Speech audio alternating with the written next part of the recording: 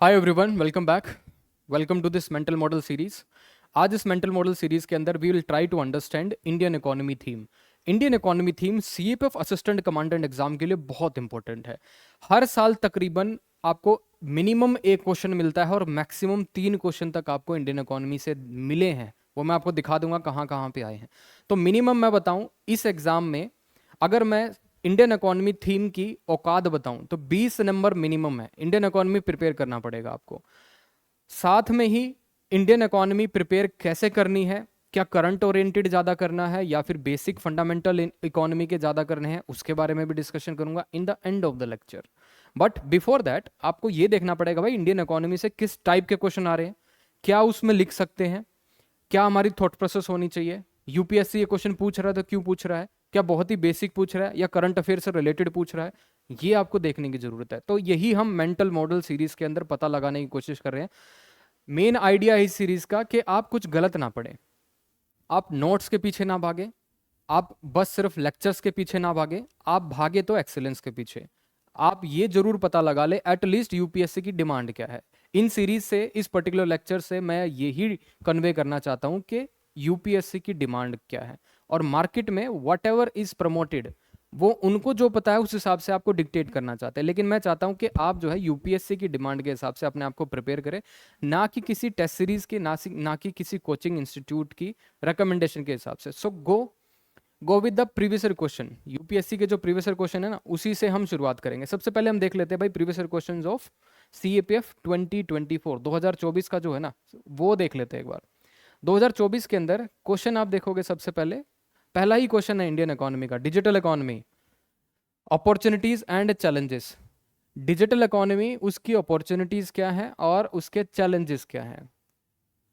क्या ये क्वेश्चन पहली बार आया क्या सीपीएफ एग्जाम में? नहीं, एक क्वेश्चन पहले भी आ चुका है on the similar lines. Question था सीपीएफ एग्जाम में पूछा था, cashless transaction, cashless transactions, its scope and future prospects in India. ये क्वेश्चन आपका सीएपीएफ असिस्टेंट कमांडेंट में आ चुका है। So cashless transaction, its scope and future prospects in India. हालांकि cashless transaction is a part of the digital economy, but digital economy is a wider term. Digital economy हम cashless transaction को भी discuss करेंगे, but cashless transaction is too specific, आपको इसी पे बात करनी है। कैशलेस ट्रांजैक्शन से आप घूम के डिजिटल इकोनॉमी की तरफ जाओगे कि कैशलेस ट्रांजैक्शन से डिजिटल इकोनॉमी में क्या बेनिफिट आ सकते हैं। लेकिन in digital economy, while discussing the digital economy, you will take the help of the this cashless transaction, UPI. Okay, इस चीजों की आप क्या करोगे, इनकी हेल्प लोगे to substantiate the digital economy. एक क्वेश्चन और आया था आपका in CSF AC LDC exam, question was digital transaction.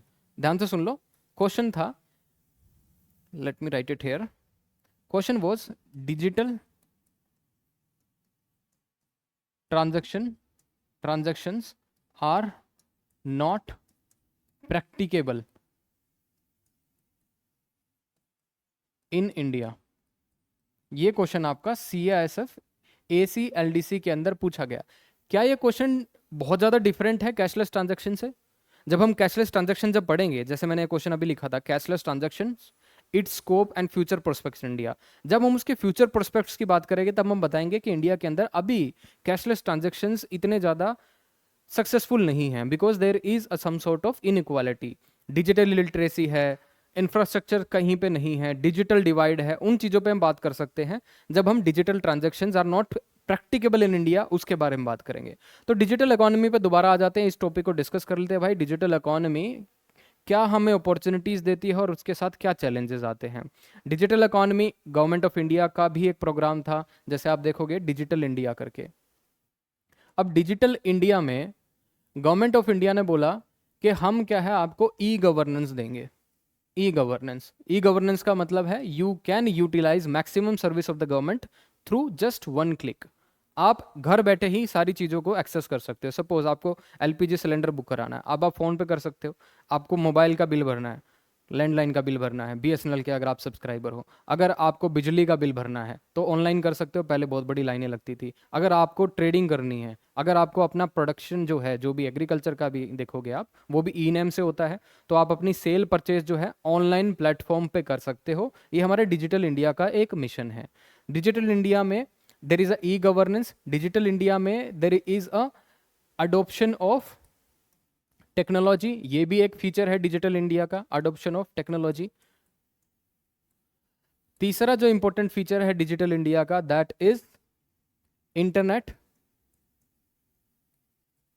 Internet accessibility, कि जितनी ज़्यादा हो हम इंटरनेट की एक्सेसिबिलिटी बताएं और लार्जर यूजर बेस जो है इंटरनेट से हम जोड़ दें, ताकि इकोनॉमी जो है इंटरलिंक हो जाए आपस में। इकोनॉमी जो है और भी ज़्यादा आप बोल सकते हो कि उसके अंदर रैपिड ट्रांजैक्शंस हो, इकोनॉमी और भी ज़्यादा स्विफ्ट हो, बहुत ज़्यादा फास्ट मूव करे। क्योंकि हमने देखा है before this UPI transaction came into the picture, चीज़ें बहुत अटकी रहती थी, इतना फास्ट पेस से इकोनॉमी नहीं मूव कर रही थी। अब आप अपना अंदाजा लगाओगे, शायद आपके खर्चे बढ़ चुके हैं just because of this UPI. आपके पास पैसे भी नहीं है, you call to your family, family को कॉल करते हो, इमीडिएट आपके अकाउंट में क्रेडिट हो जाता है, देन जो आपको चाहिए होता है वो ले लेते हो। तो इसमें लोगों की परचेजिंग पावर जो है, परचेजिंग पावर नहीं बोलूंगा, लेकिन लोगों के एटलीस्ट एक्सपेंसेस जो हैं खर्च हो गए हैं। और Indian economy is mostly a consumption based economy. जितना ज़्यादा इंडियन इकोनॉमी के अंदर कंजम्पशन होगा, उतनी ज़्यादा इंडियन इकोनॉमी क्या करेगी, फ्लरिश करेगी, ग्रो करेगी। तो भाई डिजिटल इकोनॉमी हमारे सामने क्या अपॉर्चुनिटीज लेके आती है और क्या चैलेंजेस लेके आते हैं। सिंस अगर आप देखोगे इंडियन इकोनॉमी 2024 के अंदर, अंडरस्टैंड दिस, डिजिटल इकोनॉमी 2024 के अंदर हमें बहुत सारे एवेन्यूज प्रोवाइड कर रही है, बहुत सारी अपॉर्चुनिटीज प्रोवाइड कर रही है। कुछ चीजें मैं आपको बताऊं, जैसे opportunities such as digital economy जो मैं प्रोवाइड करती है, एक तो इक्वल प्लेटफॉर्म, ओके, इररिस्पेक्टिव आप किसी भी कास्ट से हो, किसी भी एरिया से हो, रिमोट एरिया से हो, कहीं से भी हो, आपको एक इक्वल प्लेटफॉर्म प्रोवाइड करेगी। आप यहाँ पे कुछ भी आके एक्सचेंज ऑफ गुड्स कर सकते हो और सर्विसेज कर सकते हो इन डिजिटल इकोनॉमी। मैं आपको यहाँ पे पढ़ा रहा हूँ with the help of some technology, I am selling my services to you. अगर आप लोगों को अच्छा लगा कि you will be enrolled in certain batches of me, तो that is act as a equal platform और अ लेवलर फॉर मी। मुझे दिल्ली आने की जरूरत नहीं है, मुझे अपना फिजिकल स्टूडियो सेटअप करने की जरूरत नहीं है दिल्ली में, मुझे ऑफलाइन क्लासेस करने की जरूरत नहीं है। If my my talks, my conversation make sense to you, आप मुझसे ऑनलाइन जुड़ सकते हो। तो that is I am basically providing my services to you through digital technology. And digital technology से मैं क्या कर रहा हूँ, अपनी सर्विसेज दे रहा हूँ। सर्विसेज में you will by certain paid product of mine. Suppose अगर आप पेड प्रोडक्ट मेरे परचेज करते हो, तो मैं क्या करूंगा, उस पर certain tax I will give to the government को मैं टैक्स दूंगा। तो डिजिटल इकोनॉमी में जहां पे मैं अपना पोटेंशियल यहाँ घर बैठे, यहाँ पे अपने लोकल एरिया से मैं अपना पोटेंशियल जो है उसको हार्नेस कर सकता हूँ और अपनी एक्सपर्टीज आप लोगों के साथ शेयर कर सकता हूँ in exchange of certain money, okay. और गवर्नमेंट को मैं क्या करूंगा, उस पर टैक्स पे करूंगा। सो डिजिटल इकोनॉमी ये प्रोवाइड हमें क्या करती है, what are the opportunities it provide, an equal platform. Second thing is digital economy it will act as a, you can say, catalyst. जैसे टेक्नोलॉजीज की मदद से मैं आज आप मतलब लाखों लोगों को पढ़ा सकता हूँ, हजारों लोगों को पढ़ा सकता हूँ, लोग पढ़ा भी रहे हैं। वो इसीलिए पॉसिबल हो पाया है with the help of some digital technology. तो वो जब टेक्नोलॉजी हमारे पास आई, so that we can cater a large number of students, काफी स्टूडेंट्स को हम केटर कर सकते हैं with the help of digital technology. उससे क्या होगा, maximum enrolment will come, enrolment जितने ज्यादा आएंगे उतना ज्यादा आप क्या दोगे, टैक्स दोगे। So it is act like a catalyst. जहां पे ऑफलाइन सेंटर में सिर्फ आप 50 स्टूडेंट्स को ही केटर कर पाते थे, now you are able to cater around 500 students with online platform. और डिजिटल इकोनॉमी के लिए क्या है, ये बूस्ट है। नाउ डिजिटल इकोनॉमी में there are new age jobs, जो कि with the help of technology, with the advancement of the business, startup culture आने के बाद से, नए बिजनेसेस आने के बाद से नई जॉब आई है, new age job. New age job बोले तो gig economy is there, gig economy है। अब गिग इकोनॉमी के अंदर वर्कर्स जो हैं काम करते हैं, हालांकि सोशल वेलफेयर बेनिफिट्स इनको नहीं है, सोशल सिक्योरिटी नेट्स इनको नहीं है, पेंशन नहीं है, हेल्थ बेनिफिट्स नहीं है, बहुत सारी चीज़ें नहीं, लेकिन न्यू एज जॉब्स तो हैं, बहुत सारी जॉब जनरेट हो रही है, नई जॉब जनरेट हो रही है। आपको पता भी नहीं शायद कि कितनी जॉब जनरेट होती हैं। New age jobs, Swiggy Zomato delivery करने वाले, प्लस ये छोटे लेवल की बात की है मैंने, जो बहुत बड़ा सेक्टर है इकोनॉमी का, दैट इज डिजिटल इकोनॉमी को जो कंट्रीब्यूट करता है, that is the IT sector. जो आईटी सेक्टर से अगर आप जीडीपी में देखोगे कितना कंट्रीब्यूशन करता है, इंडियन जीडीपी में बहुत बड़ा कंट्रीब्यूशन है, but at the same time this is not only limited to India only. हम अपनी एक्सपर्टीज जो है आईटी एक्सपर्टीज हम एक्सपोर्ट भी करते हैं दूसरी कंट्रीज के अंदर। सो ये हमारे लिए क्या लेके आएगा, रेमिटेंसेस लेके आएगा। डिजिटल इकोनॉमी के अंदर यू विल सी बैंकिंग के अंदर हमने रिफॉर्म किया है। नाउ वन क्लिक बैंकिंग अब आपको देता है, बैंक जो है अब आपको क्या देते हैं, वन क्लिक क्रेडिट। गवर्नमेंट भी मुद्रा स्कीम के अंडर आपको बोलती है कि मैं 1 घंटे के अंदर आपको 1 करोड़ तक का लोन दे सकता हूँ, राइट। सो बैंकिंग के अंदर रिफॉर्म्स आए हैं, नई टेक्नोलॉजी आई है, यूपीआई ट्रांजैक्शन इज देयर, जो कि आईएमपीएस पे बेस्ड है, ठीक है। आईएमपीएस जो आप करते थे पहले, आरटीजीएस जो करते थे, बैंक जो आपकी यूपीआई जो है, UPI technology is basically generally based on what technology, IMPS.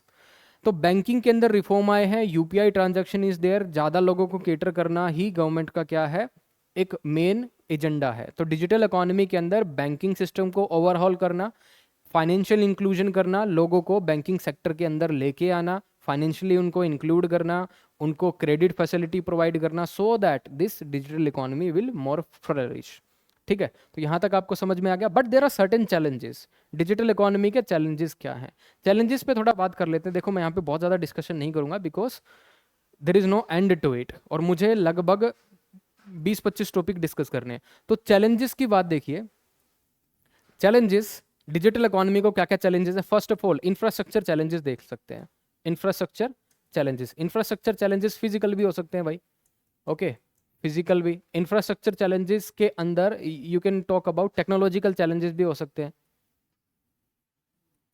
To meet the aspiration of a digital economy. Physical challenges के अंदर मतलब आपने मोबाइल कम्युनिकेशन टावर जो है बहुत जगह इंस्टॉल नहीं किए हैं, suppose that may be a case, एक केस हो सकता है।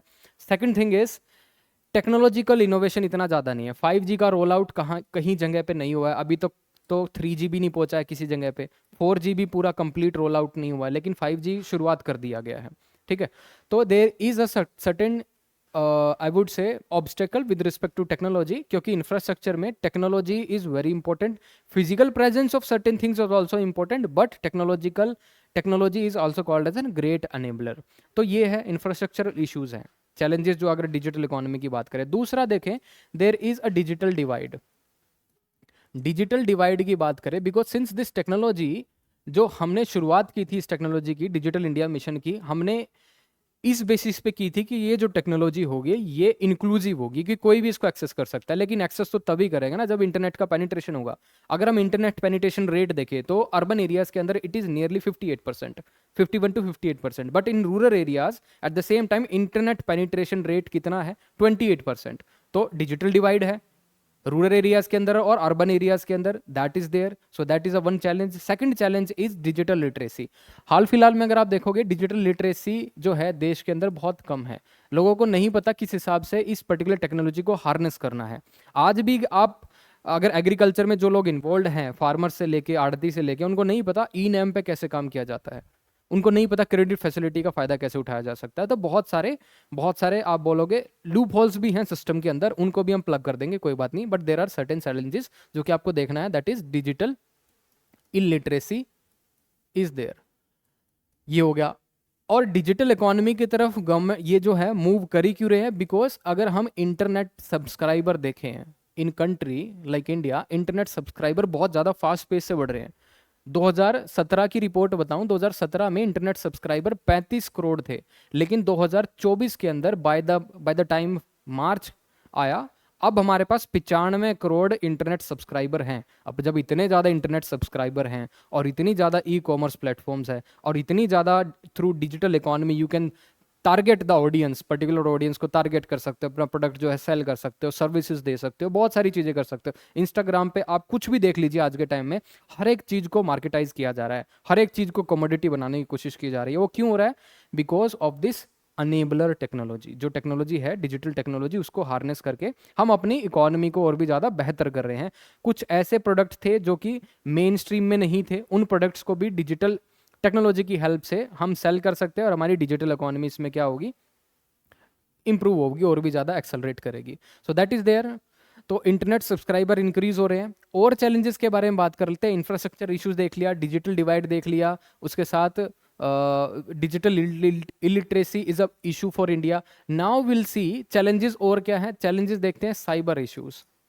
ठीक है, साइबर अटैक्स. साइबर अटैक्स क्यों होते हैं? एक तो नॉन स्टेट एक्टर्स करते हैं साइबर अटैक्स. एसबीआई का क्रेडिट कार्ड लीक हुआ था, ठीक है. रैनसम वायरस अटैक था, बिल्कुल ठीक है. और भी ज्यादा साइबर अटैक्स होते हैं, सच एज एम्स पे अटैक हो गया, that is there. But at the same time digital economy के और चैलेंजेस क्या है, such as cyber fraud. Cyber fraud भी होते हैं. बहुत बार आपने देखा होगा डिजिटल अरेस्ट हो रहा है आजकल. फेक कॉल आती हैं. ओके, फेक कॉल से आपके क्रेडिट से, आपके सॉरी बैंक अकाउंट से बहुत सारी चीज़ें जो हैं डेबिट हो जाती हैं, दैट इज़ देयर. तो ये एक चैलेंज है. Cyber aspect is a challenge. और चैलेंजेस क्या हैं डिजिटल इकोनॉमी के? बताइए और चैलेंजेस क्या हो सकते हैं? What can be the more challenges for the digital economy? Technology इतनी आसान भी नहीं है ये टेक्नोलॉजी जो है अगर आपको यूज करनी है, first of all you need to increase your skill. तो there is a skill gap. इस टेक्नोलॉजी को हार्नेस करने के लिए आपको पर्टिकुलर स्किल की जरूरत है. बहुत सारे लोगों को यही नहीं पता यूट्यूब पर एडवर्टीजमेंट कैसे रन होती है, इंस्टाग्राम पे एडवर्टीजमेंट कैसे रन होती है, इनिशियली आपको टारगेट कैसे करने होते हैं, आपको प्रोडक्ट पोजिशनिंग कैसे करनी होती है. बहुत सारी चीज़ें. ये स्किल सीखना भी एक आर्ट है. उस स्किल के हिसाब से आप क्या करोगे, अपनी एक्सपर्टीज को सेल करोगे या प्रोडक्ट को एक्सचेंज करोगे. ठीक है, तो स्किल इज एन इशू. तो स्किल गैप है बहुत बड़ा, दैट इज देयर. और डिजिटल इकोनॉमी में और क्या क्या चीजें हैं चैलेंजेस की अगर हम बात करें? What more challenges can be written in challenges in digital economy? Okay okay, तो चैलेंजेस यहां तक हो गए. जैसे we can talk about banking is an challenge. Banking भी चैलेंज है. बैंकिंग अगर हम बात करें हर एक विलेज के अंदर नहीं है. फाइनेंशियल इंक्लूजन की बात करें वो अलग बात है. हमने there one one particular scheme government ने चलाई थी, बहुत पहले चलाई थी. ठीक है, वो स्कीम का मुझे याद नहीं आ रहा नाम, जिसमें हम मैक्सिमम लोगों को under the purview of banking ला सके, बैंकिंग फैसिलिटीज ला सके. Lead bank scheme, that was a lead bank scheme. Lead bank scheme के अंदर हम जो है ऐसे पर्टिकुलर बैंक्स खोलने की कोशिश कर रहे थे और वो बैंक सिर्फ विलेजेस के अंदर होंगे. और ये जो स्कीम थी इसके पीछे मास्टरमाइंड किसका था? Our APJ Abdul Kalam, right, former president of India APJ Abdul Kalam, late APJ Abdul Kalam. तो उन्होंने ये आइडिया को सोचा था, lead bank scheme. Civil service के अंदर 2019 में ये क्वेश्चन आ चुका है प्रीलिम्स में. लीड बैंक स्कीम कब आई, ये क्या है क्या नहीं है, इसके बारे में पूछ लीजिए. और डिजिटल इकोनॉमी के अंदर आपको और भी चीज़ें सोचनी है. पहले कि ई कॉमर्स प्लेटफॉर्म्स हैं बहुत ज़्यादा. ओके, लेकिन e commerce platform they are not inclusive. कई बार हमने देखा है in digital economy, first of all understand, इनके पास इन्वेंट्री मॉडल होता है, बहुत ज़्यादा बल्क में चीज़ें खरीद लेते हैं और हैवी डिस्काउंट देते हैं. और जब ये हैवी डिस्काउंट होता है तो जो हमारे लोकल डीलर्स होते हैं, वेंडर्स होते हैं, रिटेलर्स होते हैं, इन पे लोग नहीं खरीदते और कहाँ से वो खरीदना शुरू कर देते हैं? ऑनलाइन. तो इनकी इकोनॉमी, इनकी सेल पे फर्क पड़ता है. तो गवर्नमेंट क्या लेके आई?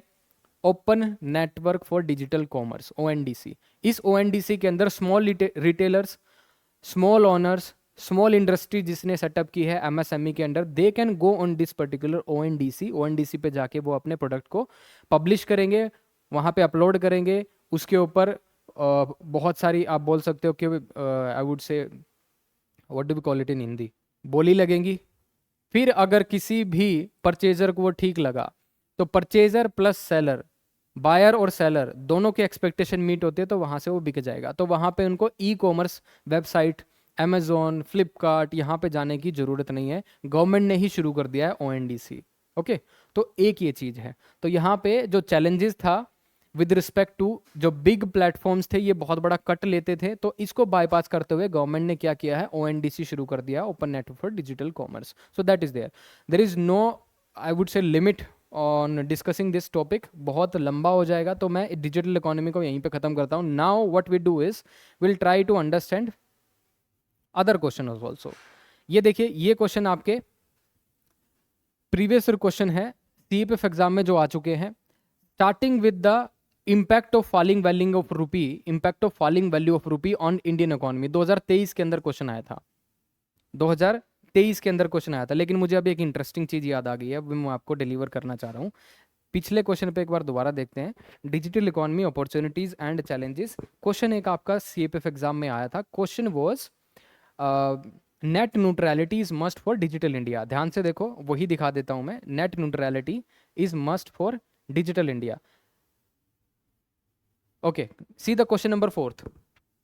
Net neutrality is must for digital India. यहां तो एक तरफ हम बात कर रहे हैं कि digital economy, it's challenges and opportunities, और एक तरफ ये है कि नेट न्यूट्रलिटी जो है मस्ट है फॉर डिजिटल इंडिया। 2015 के अंदर ये क्वेश्चन पूछा था।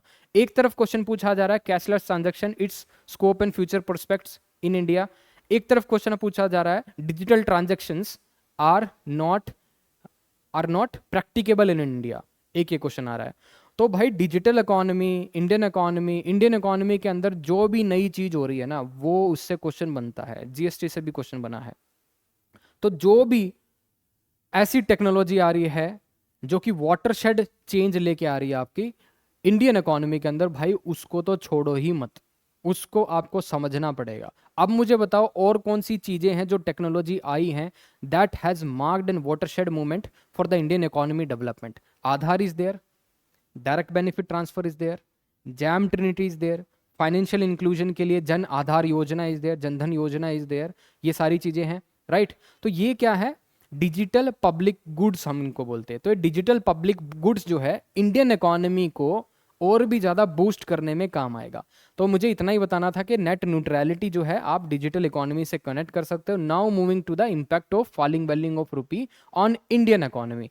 आई think I am able to make some sense to you. मुझे पता है कि आप लोगों के लिए ये जो चीज़ें हैं नई है, लेकिन धीरे धीरे जो है मैं आपको ये चीज़ें समझा दूंगा, आपको इस कंटेंट की भी आदत पड़ जाएगी। अभी तो आप सिर्फ रेटोरिक सुनते हो कि ये हो जाएगा, यहाँ पे एनरोल करने से ये हो जाएगा, वो हो जाएगा। एग्जैक्टली कुछ नहीं होगा। ऑन द स्क्रीन जो आपको डिलीवर हो रहा है वही होने वाला है। So do not blindly follow rhetorical promise पे। कभी भी किसी भी बैच के अंदर एनरोल नहीं होना है। होना है तो आपको देखना पड़ेगा। Tell me who is the teacher who is going to teach us. मुझे बताइए टीचर कौन है? क्या मैं लाइव इंटरेक्ट कर सकता हूँ? क्या मेरे डाउट सोल्व होंगे या नहीं होंगे? Who will evaluate my copy? First of all ये सारे बेसिक क्वेश्चन पूछते हुए आपको कतराना नहीं चाहिए। आप क्या करते हो? सर पैसे कितने कम हो जाएंगे, क्या चीज़ें इसमें मिलेंगी, मटेरियल क्या मिलेगा, क्लासेस की रिकॉर्डिंग मिलेगी या नहीं मिलेंगी? अरे सब कुछ यूट्यूब पे है, वहाँ से देख लो। तो maximum interaction with the tutor, tutor को कितनी नॉलेज है, मेंटर को कितनी नॉलेज है, उस पर डिपेंड करता है, rather than just making promises. अब impact of falling value of rupee on Indian economy question was asked in 2013 and also there was a similar question asked in CAPF 2022 I think. हाँ, 2022 के अंदर question आया था price rises its effects and causes. तो price rises its effects and causes, क्या इससे मिल नहीं रहा? क्या ये question impact of falling value of rupee on Indian economy. अब इफेक्ट एंड कॉजेज तो आप ये थोड़ी ना बताओगे एक गांव पे इफेक्ट एंड कॉजेज पड़ेगा। Effect and causes Indian economy पे क्या पड़ेगा? इंडियन इकोनॉमी के कौन कौन से पार्ट्स हैं? आप इंडियन सोसाइटी की भी बात कर सकते हो, एग्रीकल्चर की बात कर सकते हो, एमएसएमई की बात कर सकते हो, इंडस्ट्रीज की बात कर सकते हो। तो मोटा मोटा Indian economy consist of primary sector, secondary sector and tertiary sector. Primary sector जहाँ पे एग्रीकल्चर एक्टिविटीज है, सेकेंडरी सेक्टर जहाँ पे मैन्युफैक्चरिंग कंस्ट्रक्शन है, टर्शरी सेक्टर जहाँ पे सर्विसेज हैं। ओके, तो अगर किसी हमारे जो रुपए की वैल्यू डिवेल्युएट करती है या डेप्रिशिएट करती है, उससे इंडियन इकोनॉमी के पे क्या इम्पैक्ट पड़ेगा, तो ये एग्जामिनर आपसे पूछना चाहता है। और ऐसे ही price rises is effect and causes, ये सीपीएफ 2022 के अंदर आया था, if I am not mistaken. 2022 में क्वेश्चन इसलिए पूछा था क्योंकि 2022 के अंदर Indian economy was the highest, 8.38% का इन्फ्लेशन रेट था, आज तक नहीं हुआ। 8.38% इन्फ्लेशन रेट बहुत मैक्सिमम था। तो इसीलिए क्वेश्चन बनेगा। तो जब भी मैंने बोला है कि इकोनॉमी में कुछ मेजर चेंज आता है भाई, तो मेजर चेंज जो है वो आपको पकड़ना है। और ये जो टॉपिक है price rise its causes and effect, मैंने ऐसे ही प्रिडिक्ट किया था और एग्जाम में आया था। I have the proof also, but I do not have the energy and intention to show it here. मेरे प्रूफ जो है मुझे पता है। I am happy, my students are happy. तो मैंने जो बताया था उनको वो एग्जाम के अंदर आया था। सो impact of falling value of rupee on Indian economy, सबसे पहले क्वेश्चन ये जो वर्ड है इम्पैक्ट को देखिए। Impact can be positive and negative, दोनों हो सकता है।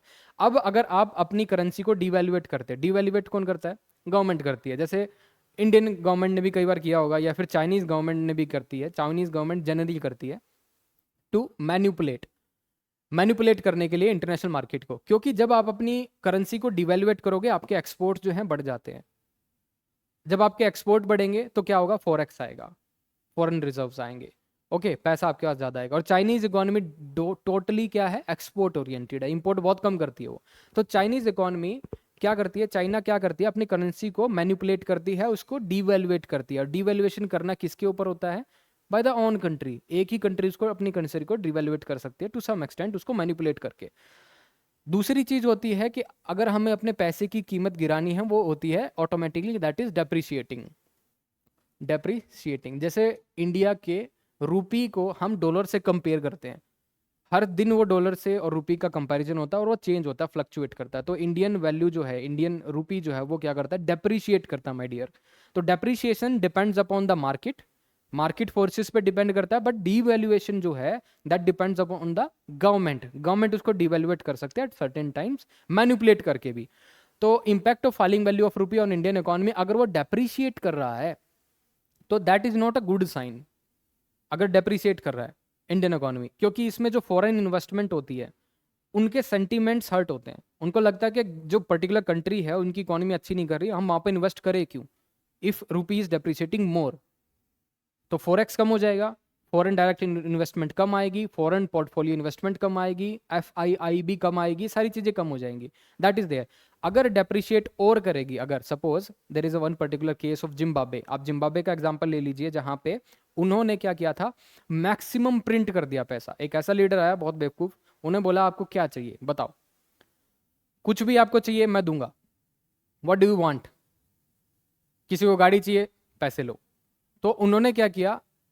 दैट पर्टिकुलर फूल, उसने इतनी इकोनॉमी के अंदर कैश प्रिंटिंग कर दी, बहुत ज़्यादा प्रिंटिंग कर दी। और प्रिंटिंग होने से क्या होता है?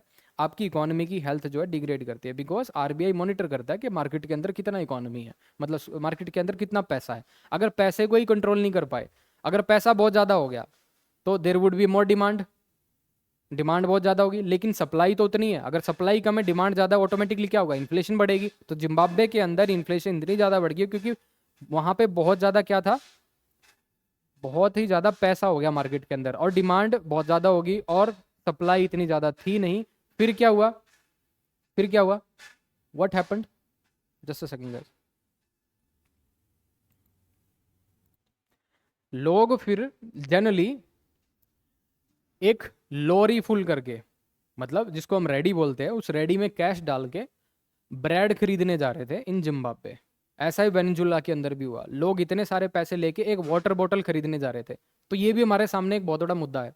तो अगर डिवैल्यूएट करता है पैसा तो इन्फ्लेशन बढ़ेगी, इन्फ्लेशन बढ़ेगी तो पॉवर्टी बढ़ेगी, पॉवर्टी बढ़ेगी तो क्या हो गया? अनएम्प्लॉयमेंट होगा, अनएम्प्लॉयमेंट होगा तो फिर आपको पता है there would be cases of crime. So it's a vicious cycle, ये विशियस साइकिल है। तो impact of falling value of rupee on Indian economy, एक ये एस्पेक्ट था। दूसरा एस्पेक्ट ये हो सकता है, अगर आपकी इकोनॉमी के अंदर रुपी की वैल्यू फॉल कर रही है लेकिन आपके एक्सपोर्ट्स अच्छे हो जाएंगे। ठीक है, एक्सपोर्ट्स अच्छे हो जाएंगे। एक्सपोर्ट्स अच्छे क्यों होंगे ये भी सुन लो। सपोज कोई फॉरेन कोई कंपनी है, ठीक है, वो क्या करना चाहती है? कुछ इंपोर्ट करना चाहती है आपके देश से। अगर उसको लगता है कि हमारे पैसे की वैल्यू ज़्यादा है और मैं ज़्यादा चीज़ें यहाँ से क्या कर पाऊंगा? इंपोर्ट कर पाऊंगा पर्टिकुलर कंट्री से। अगर उसको लगता है दोनों कंट्री के बीच में अगर मैं पैसे की वैल्यू को कंपैरिजन करूँ, अगर उस कंट्री का पैसा स्ट्रॉन्ग होगा तो वो इंपोर्ट ज़्यादा कर पाएगा, तो इंडिया से खरीदने की कोशिश करेगा कंपैरेटिवली टू अदर कंट्रीज। तो इसलिए हमारे एक्सपोर्ट्स बढ़ जाते हैं। ठीक है, लेकिन एक्सपोर्ट्स बढ़ जाएंगे तो फिर क्या होगा? एक तो रेमिटेंसेस भी बहुत ज़्यादा आ सकते हैं। पहली चीज़, एक्सपोर्ट बढ़ जाएगा, देखो दो चीज़ें होंगी, पहले तो फॉरेक्स बहुत ज़्यादा आएंगे, दूसरी चीज़ रेमिटेंसेस। रेमिटेंसेस जब भेजते हैं, अगर कनाडा से आप डॉलर कमा रहे हो, अमेरिका से आप डॉलर कमा रहे हो, तो आपको लगता है कि डॉलर से मैं ज़्यादा पैसे खरीद सकता हूँ, तो you will send the money to whom? Your parents, your friends. वहाँ पे वो इंडिया के अंदर उसको फिर खरीदेंगे, वहाँ पे उसको कंजम्पशन करेंगे, दैट इज़ देयर। ओके तो ये है भाई impact of falling value of rupee on Indian economy, और इसके अंदर बहुत सारे चैलेंजेस हैं, उस चैलेंजेस को यहाँ डिस्कस नहीं करूंगा। Second is mass transport system are the key to reducing fuel expenditure. 2014 के अंदर ये क्वेश्चन पूछा था, मैंने इसको इंडियन इकोनॉमी के अंदर डाला है। इसके पीछे रीजन ये है कि मास ट्रांसपोर्ट सिस्टम जो है बनाने के पीछे इंटेंशन गवर्नमेंट की यही होती है, दो तीन चीजें होती हैं। एक तो इंडियन इकोनॉमी में बूस्ट क्यों कैसे मिलेगा, दूसरा मास ट्रांसपोर्ट सिस्टम बनाने से फ्यूल एक्सपेंडिचर कैसे कम हो सकता है। जैसे हम देखें आज भी हम अपनी ज़रूरत के हिसाब से अगर हम देखें लगभग 80% ऑफ आवर एनर्जी नीड्स जो है हम कहाँ से इंपोर्ट करते हैं, fuels, middle east, Iran, Iraq, okay, UAE, यहाँ से हम क्या करते हैं, चीज़ों को, फ्यूल्स को इंपोर्ट करते हैं। लगभग 80% इंपोर्ट कर रहे हैं, उसको रिफाइन करके फिर हम एक्सपोर्ट भी करते हैं, वो अलग स्टोरी है। बट हमें अपना अगर इंपोर्ट बिल कम करना है, अगर हमें अपना इंपोर्ट बिल कम करना है तो हम क्या करेंगे, हम फ्यूल एक्सपेंडिचर कम कर देंगे। और फ्यूल एक्सपेंडिचर कम कैसे होगा, अगर मास ट्रांसपोर्ट सिस्टम को हम अप्लाई करेंगे। मास ट्रांसपोर्ट सिस्टम क्या होते हैं, जैसे मेट्रोज, इंडियन रेलवे, दिल्ली के अंदर डीटीसी बसें चलती हैं, और क्या हो गया, एयरप्लेन भी मास ट्रांसपोर्ट सिस्टम में आ जाएगा, वाटरवेज भी मास ट्रांसपोर्ट सिस्टम के अंदर आ जाएगा। ये सारी चीज़ें मास ट्रांसपोर्ट सिस्टम के अंदर आएंगी। आरआरटीएस भी सुना होगा आपने, दिल्ली मेरठ, है ना, RRTS regional rapid transit, RRTC transit corridor, RRTC regional rapid transit corridor, जो कि मेरठ से चली है फिर दिल्ली जाएगी, फिर कहाँ तक जाएगी, पानीपत तक। ओके तो RRTS देयर वो क्या है, मास ट्रांसपोर्ट सिस्टम है। उसमें होगा क्या, maximum number of people can travel at the same time. उससे क्या होगा, इंडिविजुअल जो व्हीकल हैं, प्राइवेट जो व्हीकल्स हैं, वो चलने बंद हो जाएंगे। और आपको पता है प्राइवेट व्हीकल्स में भी इक्वली क्या लगता है, पेट्रोल फ्यूल लगता है। तो भाई rather than going for the private vehicle, आप क्या कर सकते हो, मास ट्रांसपोर्ट सिस्टम में ट्रैवल कर सकते हो। लेकिन मास ट्रांसपोर्ट सिस्टम में लोग ट्रैवल जब ही करेंगे जब उनको लास्ट माइल कनेक्टिविटी मिलेगी। सपोज आप जा रहे हो बस में, आपको जाना है दिल्ली में करोल बाग, बस जो है हरियाणा रोडवेज दिल्ली के करोल बाग तक तो नहीं जाती, वो आपको कहाँ उतारेगी, बाईपास पे उतारेगी। तो बाईपास पे उतारने के बाद यू हैव टू ऑप्शंस, इधर you can take an auto, या तो आप ऑटो जाओ, ऑटो पकड़ो डायरेक्ट करोल बाग के लिए जाओ, लेकिन वो महंगा हो जाएगा, आम आदमी उसको अफोर्ड नहीं कर पाएगा। दूसरी चीज क्या कर सकता है, बाईपास पे उतरने के बाद ही can go to a metro, metro तक वो ऑटो ले लेगा, फिर मेट्रो में जाएगा, फिर मेट्रो पे उतरेगा करोल बाग में। तो it takes a hell load of time. या तो ऐसा होना चाहिए कि लास्ट माइल कलेक्टिविटी इतनी बेहतर होनी चाहिए, आप वहीं से उतरे, सिटी के लिए बसेस रन कर रही हैं, बहुत सारी चीज़ें कर रही हैं, हालांकि करती हैं लेकिन उस लेवल पे नहीं कर सकती। ओके तो mass transport system are the key to reducing fuel expenditure. लोगों को मोटिवेशन इंसेंटिव तभी आएगा तब लास्ट माइल कनेक्टिविटी होगी और सर्विसेज अच्छी मिलेगी। डीटीसी में आप खड़े होकर देख लीजिए, पता नहीं अगर हल्का सा एक हाथ से पकड़ के खड़े हो गए आप और इतने झटके लगते हैं उसमें, शायद आपके दांत भी टूट सकते हैं गिरने के बाद। तो क्वालिटी होनी चाहिए। अगर कोई व्हाइट कॉलर जॉब करता है और पावर ड्रेसिंग करके वो चला हुआ है, ठीक है, उसको ऑफिस में जाना है, व्हाइट शर्ट उसने पहनी हुई है और वो डीटीसी में सपोज उसको ट्रैवल करना पड़ गया और जाते ही 10 बजे मीटिंग है और गर्मियों का मौसम है, लू चल रही है बाहर, अपनी गाड़ी घर खड़ी करके वो बोला मैं थोड़ा सा एनवायरमेंटलिस्ट हूँ, मैं चाहता हूँ कि फ्यूल एक्सपेंडिचर ज़्यादा ना हो और I will travel with this mass transport system. Delhi की डीटीसी बसों में मैं जाऊँगा और that too in a non AC bus. Okay AC bus तो इतनी फ्रीक्वेंसी नहीं है, नॉन एसी बस भी है। तो नॉन एसी बस में वो सफ़र करेगा, अच्छे से परफ्यूम लगा के आया, वाइट शर्ट उसने पहनी, और जब बस वहाँ पे रुकी तो ढेर सारे लोग उसके अंदर घुस गए तूड़े की जगह, ठीक है, तूड़े के जैसे इतने सारे लोग फंस गए आपस में, इतने, समझ रहे हो, फंस के खड़े हो गए। फिर उसके बाद वो पसीने, फिर उसके बाद उसने मीटिंग में जाना है, उसको स्टेयर्स चढ़ के गया है, फिर उसके बाद जब वो मीटिंग में पहुंचेगा तो लगेगा ये कौन है। Okay at that particular moment ही विल रियलाइज कि ये सारी चीज़ें मास ट्रांसपोर्ट सिस्टम, इसको अलग करो, I need my luxury, I need my comfortable level, comfortable zone. तो इस केस में ये फेलियर हो जाता है। तो फ्रीक्वेंसी आपको क्या करनी पड़ेगी, मैक्सिमम बसेस की करनी पड़ेगी, तभी लोगों को इंसेंटिव और मोटिवेशन आएगा टू गो और adopt this mass transport system. Mass transport system आप एग्जांपल ले सकते हो सिंगापुर मॉडल, यूरोपियन यूके का मॉडल ले सकते हो कि भाई मास ट्रांसपोर्ट सिस्टम बसेस के लिए स्पेशल एक लेन है, उसी में बस ट्रेवल करती है, उसमें एक ट्रेन भी होती है, वो ट्रेन उसी में चलती है और उनको कोई रोक नहीं सकता। Eight the same time you will see mass transport system के लिए जो स्पेशल लेन बनी है वो बिल्कुल चल रही है, चाइना के अंदर भी देखोगे। लेकिन एट द सेम टाइम जो प्राइवेट व्हीकल से जा रहे हैं लोग वो खड़े हुए हैं, क्योंकि number of private vehicles are more. तो लोग ये देखेंगे यार ये स्पेशल लेन जब चल ही रही है क्यों ना हम इसमें भी जाएं, सबको अपना टाइम वेस्ट होते हुए खून तो जलता ही है। तो ऐसे एग्जाम्पल्स आप दे सकते हो जहाँ पे सक्सेसफुल केस स्टडीज है, case studies of Singapore model, case studies of UK model, जहाँ पे mass transport system are a success. Mass transport system reducing to fuel expenditure, आप लगा सकते हो हम अपना इंपोर्ट बिल कम कर सकते हैं, फिजिकल डेफिसिट कम हो जाएगा, इंडियन इकोनॉमी में जो हम पैसा फ्यूल पे एक्सपेंडिचर कर रहे थे हम उसको प्रोडक्टिव वर्क के अंदर कर सकते हैं, कैपिटल एक्सपेंडिचर पे कर सकते हैं, और चीज़ों पे कर सकते हैं, वेलफेयर एक्टिविटीज़ पे कर सकते हैं। Next is development and creation of job must take priority over social development. क्या डेवलपमेंट और क्रिएशन ऑफ जॉब जो है प्रायोरिटी लेनी चाहिए सोशल डेवलपमेंट पे? सोशल डेवलपमेंट क्या होता है? First of all what is would you mean by social development? Social development एक फिनोमिना, एक प्रोसेस है जिसके अंदर हम क्या करते हैं, we are ensuring equity in a society. Equity in terms of accessibility to the resources, equality in terms of gender, के जेंडर पैरिटी भी हो, equality in terms of economic equality, बहुत गरीब अमीर के बीच में डिफरेंसेस ना हो। तो social development is a thing, is a process through which we are ensuring equity among the section of the society and we are providing level playing field. और जो गैप है हैव्स एंड हैव्स नोट्स के बीच में, haves जो अमीर हैं, haves notes जो गरीब हैं, उसके बीच में वो जो गैप है उसको ब्रिज करे, that is called an social development, social development. और वो कैसे होगा? With the help of education, with the help of providing food, with the help of providing I would say shelter. जैसे फूड की बात करूं तो national food security act is there. Shelter की बात करूं तो Pradhanmantri PM Awas Yojana is there, that is there. उसके बाद मैं इफ आई से कि इलेक्ट्रिसिटी मिलनी चाहिए, सौभाग्य स्कीम इज देयर। एलपीजी मिलनी चाहिए, उज्ज्वला यू स्कीम इज देयर। सो इससे हम कर क्या रहे हैं? सोशल डेवलपमेंट की तरफ जा रहे हैं। सोशल डेवलपमेंट में रिजर्वेशन भी आता है भाई। एक पर्टिकुलर कम्युनिटी बहुत लंबे समय से सपोज कीजिए ऑप्रेस्ड है, सप्रेस किया है उसको, तो पॉजिटिव अफर्मेशन के अंडर हम क्या कर रहे हैं? उसको रिजर्वेशन दे रहे हैं। वीमेंस को हम जब जॉब्स की एप्लीकेशन निकलती है तो काफी ऐसे एग्जाम होते हैं वीमेंस को फीस देनी नहीं पड़ती, so that to provide in equal opportunities, equity लाने के लिए, जेंडर पैरिटी लाने के लिए, जेंडर इक्वालिटी लाने के लिए। ठीक है, तो ये सोशल डेवलपमेंट कहलाता है। ऐसे आप देखोगे बहुत सारी चीजें हैं। Person with disability act is there 2016। क्या करते हैं हम उसमें? We are providing first of all reservation, 4% तक रिजर्वेशन है पर्सन विद डिसेबिलिटी एक्ट के अंदर, रिजर्वेशन इन गवर्नमेंट जॉब्स। दूसरा, accessibility to public infrastructure. Buses में जाओगे तो आपको एक special there is a particular guidelines कि लो फ्लोर बसेस होनी चाहिए, उसमें डिजेबल आदमी भी आसानी से जा सके।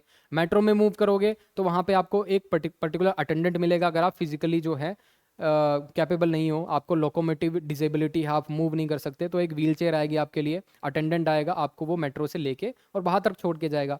तो वहाँ पे एक पर्टिकुलर वो ट्रेल भी होती है जिसमें अगर विजुअली इम्पेयर्ड है तो उस पर्टिकुलर मार्क को फॉलो कर सकता है। That is called an social development कि every section of the society need to be taken care of. Second thing is social development में अगर हम देखें तो ट्रांसजेंडर्स ऑल्सो, ओके, ट्रांसजेंडर को कैसे हम क्या कर सकते हैं? एब्जॉर्ब कर सकते हैं in the society. And there has been a talk, एक बहुत इंपॉर्टेंट टॉक भी चली हुई है कि हम ट्रांसजेंडर्स को आर्म्ड फोर्सेस के अंदर भी रख सकते हैं, सेंट्रल आर्म पुलिस फोर्सेस के अंदर। Even CSF has given a green signal, Sashastra Seema Bal has given a green signal, even ITBP has given a green signal, CRPF and BSF they are basically discussing this particular topic. अगर वो भी green signal दे देंगे तो there would be also inclusion of transgenders into the central arm police forces and that is a case of social development. Okay, social development में और भी बहुत सारी चीजें आती हैं कि ओल्ड एज पीपल, उनको कैसे टेक केयर करोगे। सोशल डेवलपमेंट में ये भी आता है कि भाई पेंशन दे रहे हो क्या नहीं दे रहे हो, अटल पेंशन योजना है। सोशल डेवलपमेंट में सोशल सिक्योरिटी मेजर्स भी आते हैं जैसे हेल्थ बेनिफिट, प्रधानमंत्री सुरक्षा बीमा योजना, तो ये सोशल डेवलपमेंट है। अब ये कह रहा है कि development and creation of jobs he priority पे होनी चाहिए या फिर ये सारी चीजें भी होनी चाहिए, ये पहलू भी होना चाहिए सोशल डेवलपमेंट का। तो इसके बीच में आपको आर्ग्यूमेंट राइटिंग करनी थी। ठीक है, तो इसको डिस्कस करना। नेट न्यूट्रलिटी देखते हैं अब, will see the net neutrality.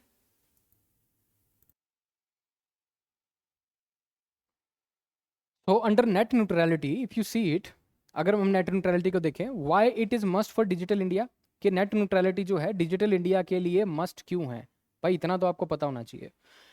First of all you need to understand what is net neutrality. Net neutrality होता क्या है? Net neutrality is a principle which states that there should be uninterfered traffic. Net neutrality is a principle which states that कि कोई भी अबरप्शन नहीं होना चाहिए internet traffic पे बाय द सर्विस प्रोवाइडर्स। जो भी सर्विस प्रोवाइडर्स हैं, टेलीकॉम कम्युनिकेशन कंपनीज हैं, इंटरनेट सर्विस प्रोवाइडर्स हैं, they should not make any hindrance with respect to the flow of the traffic flow of the traffic से मतलब समझे, अगर फेसबुक है और दूसरी तरफ इंस्टाग्राम है, अगर इंटरनेट सर्विस प्रोवाइडर्स या फिर टेलीकॉम कंपनीज ज़्यादा बैंडविड्थ सपोज फेसबुक को दे दे, फेसबुक को दे दिया, तो फेसबुक पे number of users will be more comparative to Instagram, क्योंकि इंस्टाग्राम पे प्रोसेस जो है स्लो हो रही है। सपोज अगर हम अमेजोन और फ्लिपकार्ट का काम कंपैरिजन करें, दैट इज इंपॉर्टेंट। अमेजन पे लोग भी क्या करने जाते हैं, परचेज करने जाते हैं, फ्लिपकार्ट पे भी लोग परचेज करने जाते हैं। सपोज अमेजन की वेबसाइट बिल्कुल मक्खन चल रही है, बट फ्लिपकार्ट की वेबसाइट बढ़िया नहीं चल रही। रीजन बीइंग अमेजन की वेबसाइट को बैंडविड्थ ज़्यादा दी गई है by the internet service provider और द टेलीकम्युनिकेशन कंपनीज। ओके, तो क्या होगा, अमेजन पे ज़्यादा लोग जाएंगे, ज़्यादा फुटफॉल वहाँ पे होगा, ज़्यादा ट्रैफिक वहाँ पे होगा, तो क्या होगा, नंबर ऑफ चांसेस कि लोग वहीं से ज़्यादा खरीदेंगे would be more comparatively to Flipkart. Flipkart पे लोग कम जाएंगे क्योंकि साइट क्या है, लैग कर रही है, हैंग कर रही है। तो ये क्या है, net neutrality is a principle which says that there should be no hindrance with respect to the traffic। कोई ट्रैफिक में, ऑनलाइन जो ट्रैफिक है उसके बीच में कोई हिंड्रेंस नहीं होना चाहिए by the internet service providers और द टेलीकम्युनिकेशन कंपनीज। पहले क्या होता था, फेसबुक ने ज़्यादा बैंडविड्थ ले ली थी इंटरनेट सर्विस प्रोवाइडर से, और कंपैरेटिवली जो ओरेकल था, पहले ओरेकल भी था एक, सुना होगा आपने कभी, सोशल मीडिया वेबसाइट होती थी, उसको कम मिलता था। तो net neutrality is a must for digital India. Digital India के लिए क्यों मस्ट है, डिजिटल इंडिया का मिशन क्या है, first of all providing e governance to the citizens, that is there. Adoption of a technology, technology का adoption करना, that is there. उसके बाद एम्पावरमेंट, डिजिटल एम्पावरमेंट जो हम बोलते हैं, दैट इज देयर। और internet service providers, internet services, जो internet service would be provided to larger number of people, that is the mission of digital India. अगर suppose कीजिए नेट न्यूट्रलिटी नहीं है bye this internet service providers, अगर वो किसी particular application पे ज़्यादा चार्ज कर रहे हैं, सपोज किसी पर्टिकुलर एप्लीकेशन पे ज़्यादा चार्ज कर रहे हैं, किसी पर्टिकुलर एप्लीकेशन पे उन्होंने ज़्यादा बैंडविड्थ दे दी, किसी पर्टिकुलर एप्लीकेशन को ही ब्लॉक कर दिया, तो नेट न्यूट्रलिटी जो है डिजिटल इंडिया के लिए इसलिए ज़रूरी है क्योंकि दिस इज एन अनेबलर। अगर ये अनेबलर नहीं है, ये बायस्ड है, तो digital India would not be a success. तो इसके बारे में आपको क्या करनी थी, डिबेट करनी थी, ठीक है। नेक्स्ट देखते हैं, is development possible at the cost of environment. भाई वैसे तो ये एनवायरमेंट थीम से है, लेकिन क्योंकि इसमें डेवलपमेंट की बात है, और डेवलपमेंट किस तरह से हो सकती है, infrastructure development, economic development, social development, बहुत सारी चीज़ें हो सकती हैं जो डेवलपमेंट के अंदर आ सकती हैं। भाई development be only done on the और at the cost of environment, क्या ऐसा ही हो सकता है, नहीं, सस्टेनेबल डेवलपमेंट भी तो हो सकता है ना। तो सस्टेनेबल डेवलपमेंट के ऊपर क्वेश्चन है, और हम इंडियन इकोनॉमी जब हम पढ़ते हैं तो उसमें सस्टेनेबल डेवलपमेंट हम पढ़ते हैं कि सस्टेनेबल डेवलपमेंट कैसे हो सकता है। सस्टेनेबल डेवलपमेंट की डेफिनेशन तो आप लोगों को आती होगी, to basically fulfilling the need of the present generation without compromising the future generations need, उसको हम सस्टेनेबल डेवलपमेंट बोलते हैं। तो गवर्नमेंट का भी फोकस है, सस्टेनेबल डेवलपमेंट गोल्स भी है, ओके, दैट इज देयर। तो क्या development possible at the cost of environment, हम बताएंगे कि कुछ केसेस ऐसे हैं जहां पे हम डेवलपमेंट के लिए एनवायरनमेंट को बैक स्टेज रख सकते हैं, but there are certain areas जहां पे हम एनवायरनमेंट को नेग्लेक्ट नहीं कर सकते, डेवलपमेंट को नेग्लेक्ट कर सकते हैं। वो सारे एरियाज पे आपको डिस्कशन करना पड़ेगा, आपको बैलेंस बनाना पड़ेगा। देर आर सर्टेन एरियाज जो मैं बता दूं आपको, सपोज ये हो गया आपका एनवायरनमेंट और ये हो गया आपकी डेवलपमेंट। अगर सपोज एक एरिया के अंदर development is more required to some extent we can compromise the environment, तो वहाँ पे आप डेवलपमेंट का पलड़ा भारी रखोगे। But there are certain areas जहाँ पे environment protection is more required, तो वहाँ पे आप डेवलपमेंट नहीं करोगे। जैसे किसी बांदीपुर नेशनल पार्क से आपको एक हाईवे निकालना है, हाईवे आपको निकालना है, उससे क्या होगा, suppose that is infringing the animal corridor, वो एनिमल कॉरिडोर को इन्फ्रिंज कर रहा है, तो फिर क्या होगा, वो हाईवे वहां से निकालने नहीं दिया जाएगा, या फिर उस हाईवे का जो टाइम रेस्ट्रिक्ट कर दिया जाएगा कि रात को आप यहाँ पे ट्रैफिक लेके नहीं आ सकते। बांदीपुर के अंदर ये पर्टिकुलर प्रोविजन तो है ही कि रात को वहाँ पे ट्रैफिक अलाउड नहीं है, क्योंकि वहाँ पे रात को पाइथन भी रोड क्रॉस कर रहा होता है, चीता भी, सॉरी चीता तो नहीं है वहाँ पे, टाइगर भी रोड क्रॉस कर रहा होता है, बहुत सारे ऐसे एनिमल जो रोड क्रॉस कर रहे होते हैं और वो गाड़ी से टकरा जाते हैं। So that is basically against the environment. तो हमें डेवलपमेंट और एनवायरनमेंट के बीच में there are multiple case studies which you can share. जैसे अगर आपको डैम बनाना है भाई, डैम बनाने से क्या होगा, submergence of a land, forest, wildlife displacement होगी, विलेजेस की डिस्प्लेसमेंट होगी। तो दैट शोज कि ये जो डेवलपमेंट है डैम की, ये डेवलपमेंट अगर हम उसको एनवायरमेंट इंपैक्ट असेसमेंट के अंडर डालेंगे कि भाई इस डेवलपमेंट से इतना एनवायरमेंट के ऊपर ये इंपैक्ट पड़ेगा, EIA प्रोसीजर तो आपने सुना होगा, देश के अंदर एनवायरमेंट इम्पैक्ट असेसमेंट कुछ होता है, 4 स्टेजेस होते हैं उसमें, स्क्रीनिंग, स्कूपिंग, ऐसे करके। ओके, तो उसके अंदर हम चीज़ों को देखते हैं। There are multiple case studies, I can not tell you here, we can talk length about it, लेकिन there is a some sort of a time crunch here. अगला देखते हैं, revamping banking infrastructure, revamping banking system is the need of the hour. Need of the hour का मतलब है crisis है अभी banking infrastructure के अंदर। 2016 के अंदर जब ये क्वेश्चन पूछा गया था तो बहुत सारे केसेस थे उस टाइम पे। माल्या वाला केस भी होगा, एनपीए वाला बहुत केस था, नीरव मोदी वाला केस है अब, ओके, मुकुल चौकसी वाला केस है। There are different wilful defaulters जिसने बैंकिंग सिस्टम को हिला के रख दिया था। आपने ये भी देखा होगा, NBFC, non banking financial this companies, NBFC, ये क्राइसिस भी था। इसके अंदर कौन सी कंपनी थी? IL&FS, IL&FS, infrastructure leasing and financial services, ये क्राइसिस में आ गई थी। And these institution, these companies are very big, they this organisation are very big, they are very big to fail. Okay, इतनी बड़ी हैं, अगर ये फेल हो जाएंगी तो पूरी इकोनॉमी पे इंपैक्ट डाल सकती है। SBI suppose, State Bank of India अगर फेल हो जाए, that is too big to fail. अगर इतनी बड़ी ऑर्गेनाइजेशन फेल हो जाती है तो पूरी इकोनॉमी हिल जाएगी हमारी।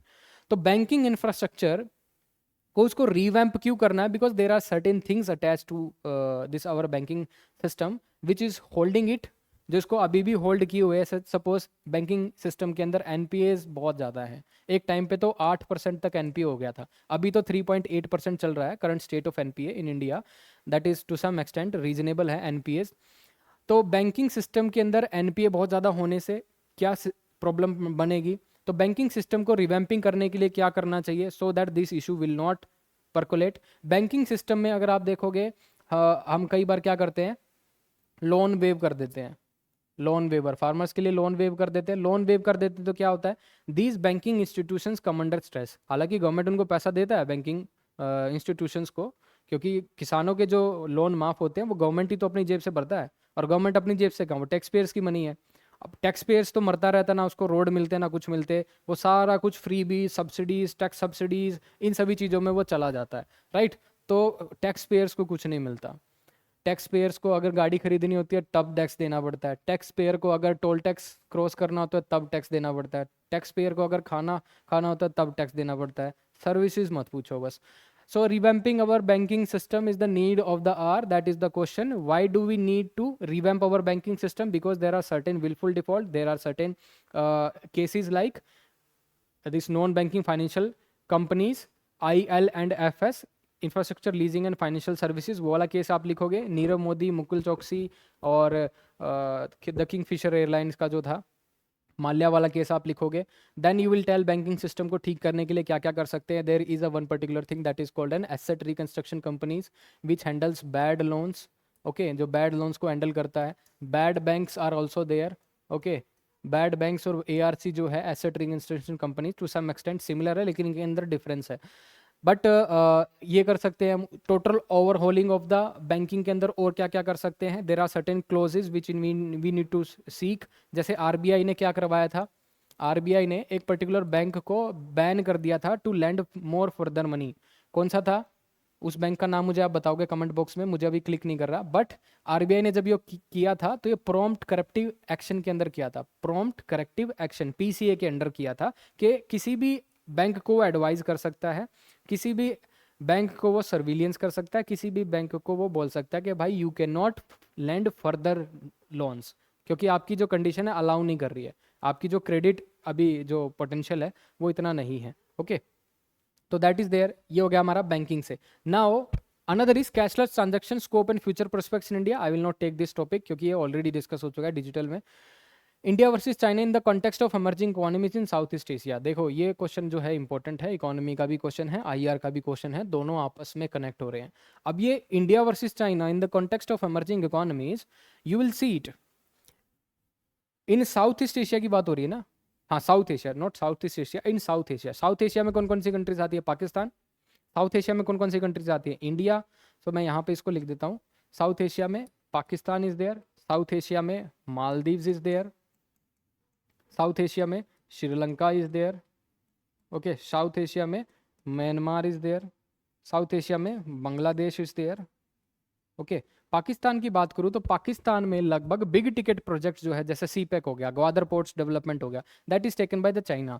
So India versus China in the context of emerging economy in South East Asia, तो क्या कर रहा है ये पाकिस्तान के अंदर, अगर आप देखोगे the CPEC project and the Gwadar port project is taken by the China, and China has a better interlinking with Pakistan in the context of economies. अगर इन्वेस्टमेंट देखें पाकिस्तान के अंदर चाइना की बहुत ज़्यादा है। मालदीव्स के अंदर अगर हम देखें तो up to 40% of the investment in the GDP अगर आप देखोगे चाइना की। श्रीलंका के अंदर 30% of the FDI comes from China. Myanmar के अंदर अगर आप देखोगे देर आर सर्टेन प्रोजेक्ट्स जो कि म्यांमार का भी प्रोजेक्ट जो है चाइना हैंडल कर रहा है। बांग्लादेश के अंदर आप देखोगे बिग टिकट प्रोजेक्ट्स जैसे डीप सी प्रोजेक्ट जो है, deep sea port construction projects taken by China.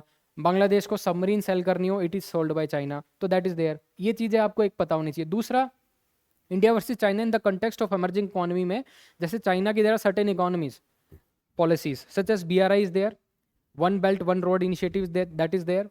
तो बीआरआई चाइना ने प्रोपाउंड किया था ये आइडिया, और इसको क्या कर रहा है, प्रमोट भी कर रहा है। BRMI is there, BRI is there. RCEP regional comprehensive economic partnership, जिसने इंडिया ने इससे विड्रॉ कर लिया था, China has become the part of this. BRI जो कि sole idea came from the China only, India इसको भी सपोर्ट नहीं करता। BRI is there, RCEP there, regional comprehensive economic partnership, India ने आरसीईपी से भी विड्रॉ कर लिया, but BRI is also there. दोनों ही इंडिया बोलता है कि स्ट्रेटेजिक पॉलिसीज हैं, स्ट्रेटेजिक इन्वेस्टमेंट कर रहा है, इंडिया को घेरने के लिए कर रहा है, ठीक है, case under the string of pulse policy. तो बीआरआई के under this China also invested in Nepal, Myanmar, Bangladesh and African Nations also, even Maldives and Sri Lanka. Sri Lanka के अंदर Hambantota port, they have taken it for the 99 years lease because Sri Lanka was not able to repay it. Maldives के अंदर 30% of the GDP up to 40% of the GDP जो है वो Chinese पैसे से run कर रही हैं इन्वेस्टमेंट। अगर हम देखें तो मालदीव्स के अंदर there are certain big tickets projects also that is taken by the this sorry China. Maldives के अंदर ये भी एक कंट्रोवर्सी है, दैट इज देयर। ओके, अब हम इसमें देखें तो India versus China in the context of emerging economy, ये सारी चीज़ें हम इसके अंदर लिखनी है, समझ गए। और भी सारी चीज़ें हैं, और भी बहुत सारी चीज़ें हैं इसमें डिस्कस करने के लिए, लेकिन यहाँ पे टाइम नहीं है। Okay, now will move to farm waiver is populistic and myopic, strategy change needed. तो फार्म वेवर जो कि हम बोलते हैं पॉपुलिस्टिक, पॉपुलिस्टिक मतलब वोट बैंक पॉलिटिक्स के लिए, मायोपिक मतलब बहुत शॉर्ट टर्म विजन है।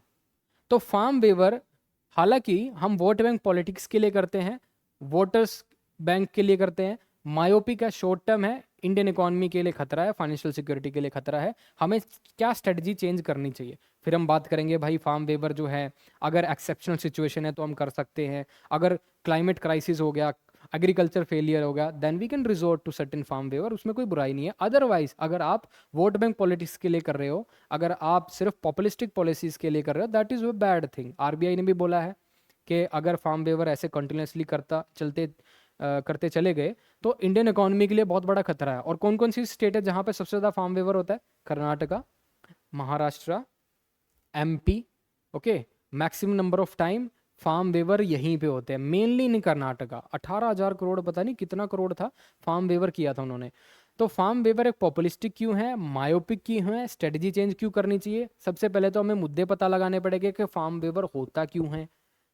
क्लाइमेट फेलियर से, मार्केट जो है, मार्केट के अंदर प्राइजेस कम हो जाते हैं, इसलिए जब एग्रीकल्चर फेल होता है तब होता है फार्म वेवर। अगर हम इश्यूज को टैकल कर ले तो हमें ये करने की जरूरत नहीं पड़ेगी। अगर हम ये करते रहे, इशू को रिजोल्व नहीं किया, agriculture failure, low income in agriculture और not better prices in agriculture, exports are not good, infrastructure in agriculture are less, credit facilities are not good, जब तक इनको एड्रेस नहीं करेंगे फार्म वेवर ऐसे ही देना पड़ेगा। तो एड्रेस क्या करना है? प्रॉब्लम्स को।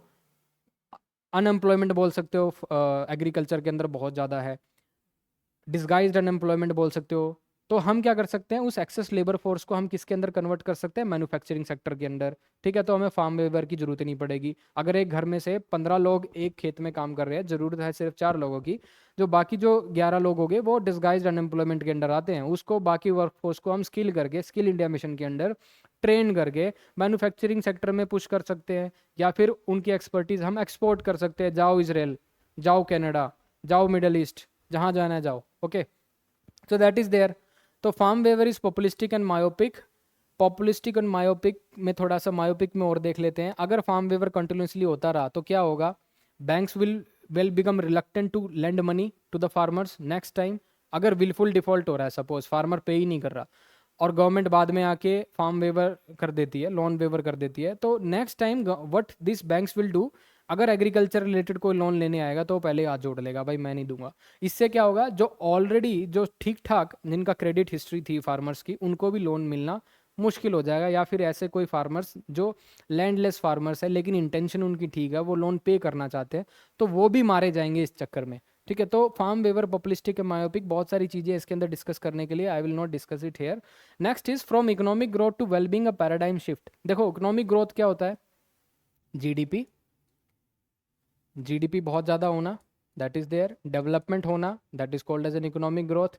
पर कैपिटा इनकम इंक्रीज होना, that is also called as economic growth. उसके बाद फॉरेक्स बढ़ना देश का, that is also called as an economic growth. ये सारे इकोनॉमिक ग्रोथ के अंदर आएगा। But at the same time what is wellbeing?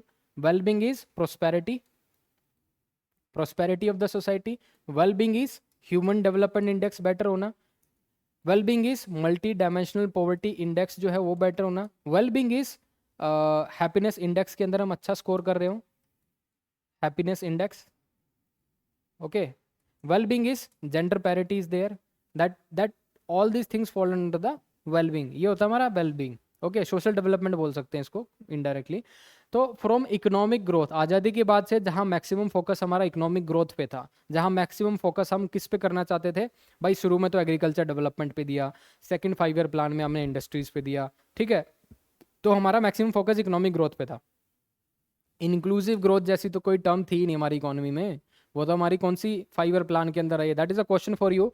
Inclusive growth term कौन से फाइनेंशियल जो 5 ईयर प्लान था, जो कौन से 5 ईयर प्लान के अंदर इंक्लूसिव ग्रोथ पहली बार आई थी? That is a question for you. तो इंक्लूसिव ग्रोथ की तरफ तो हमारा ध्यान ही नहीं था। तो ये चेंज हुआ कैसे? फ्रॉम इकोनॉमिक ग्रोथ, एक टाइम पे तो सब कुछ पैसा ही था, एक टाइम पे तो सब कुछ इंडस्ट्रीज थी, एक टाइम पे तो सब कुछ कैपिटल एक्सपेंडिचर ही था, but at the same time ये वेलबींग दिमाग में कैसे आया?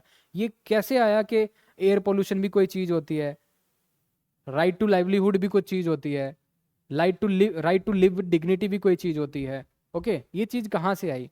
ये वेलबींग वाला कॉन्सेप्ट कहाँ से आया? ये पैराडाइम शिफ्ट हुआ कैसे? तो इसके ऊपर आपको डिस्कस करना है। इसके ऊपर ऑलरेडी बहुत अच्छा डिस्कशन हम क्लास में करते हैं, यहाँ नहीं करूँगा। Note ban effective tool against black money, argument writing के अंदर आया था 2018 में जब नोट बैन हुआ था, नोटबंदी हुई थी। तो क्या आपको लगता है कि नोट बैन इफेक्टिव टूल था अगेंस्ट ब्लैक मनी? अगर आपको लगता है था तो सपोर्ट कीजिए, अगर आपको लगता है नहीं था तो इसके अगेंस्ट में लिखिए। अगर आपको लगता है कि 99% जो पैसा है वो दोबारा से सिस्टम में आ गया, ब्लैक मनी थी कहाँ फिर? अगर 99% वापस ही आ गया तो where is a black money? अगर सिस्टम में पैसा वापस ही आ गया तो that is not a black money. अगर सिस्टम में पैसा वापस आ गया, किसी ने अपने अकाउंट में डिपॉजिट कर लिया, तो दिस फाइनेंशियल इंटेलिजेंस यूनिट या फिर जो भी इंटेलिजेंस यूनिट है, रिवेन्यू इंटेलिजेंस यूनिट होगी, वो तो दोबारा पकड़ लेगी कि भाई आपके अकाउंट में आया कैसे ये पैसा, ब्यौरा दो, इनकम टैक्स नोटिस आएंगे। लेकिन ऐसा कुछ तो हुआ नहीं, सारा सिस्टम में पैसा आ गया, 1% ही रह गया, ब्लैक मनी तो थी ही नहीं। तो note ban effective tool against black money कितना इफेक्टिव था, कितना नहीं था, उसके बारे में आप डिस्कस कर सकते हो। Note ban effective tool against black money, you can tell कि जो हम सपोज फेक इंडियन करेंसी थी, fake Indian currency notes, Pakistan इसको क्या करता था? प्रिंट करता था। ऑलरेडी इतनी सारी जो पाकिस्तान की जो इकोनॉमी है, लगभग वो इकोनॉमी हम ही चला रहे थे। जम्मू एंड कश्मीर से फ्लड कर रहा था वो क्या? That particular fake Indian currency notes. रातों रात वो सब कुछ बदल दिया और रातों रात पाकिस्तान कंगाल भी हो गया, क्योंकि वो fake Indian currency notes India में लाना, उसी से बिजनेस करना, फिर पाकिस्तान में लेके जाना, that was the one thing. अब वो फेक इंडियन करेंसी नोट्स थी, वो तो वापस सिस्टम में आएगी नहीं क्योंकि वो पकड़ी जाएगी। तो एक टाइम से एक पर्टिकुलर थिंग जो थी पाकिस्तान की बैकबोन तोड़ने के लिए, this move was good, note ban. लेकिन इससे कितना ज़्यादा इफेक्ट पड़ा है आम लोगों पर, कितने ज़्यादा बिजनेसेस खत्म हुए हैं, कितने ज़्यादा स्मॉल जो मीडियम स्मॉल एंड एंटरप्राइजेस थे, micro small and medium enterprises, उनका काम कैसे खराब हुआ है? डीमोनेटाइजेशन, ग्रोथ हमारी कम हो गई थी after this particular demonetization move. Now Chinese economic policies in countries bordering India, India को कौन कौन सी कंट्रीज बॉर्डर करती हैं? सारी इमीडिएट नेबरहुड जो भी है, नेपाल, भूटान एंड दिस पाकिस्तान, और सम कोस्टल बाउंड्री वाले ले सकते हो, Maldives and Sri Lanka, Myanmar and Bangladesh also. तो ये जो चाइनीज इकोनॉमिक पॉलिसीज है in countries bordering India, starting with the Pakistan. Pakistan में कौन सी चाइनीज इकोनॉमिक पॉलिसी है? CPEC is there. Gwadar port जो पाकिस्तान के अंदर बनाया जा रहा है, that is from the China only. Maldives के अंदर क्या क्या है? मालदीव्स के अंदर around 30 to 40% of the GDP is basically coming from the Chinese economy, या फिर चाइनीज फंडिंग से वो चलती है।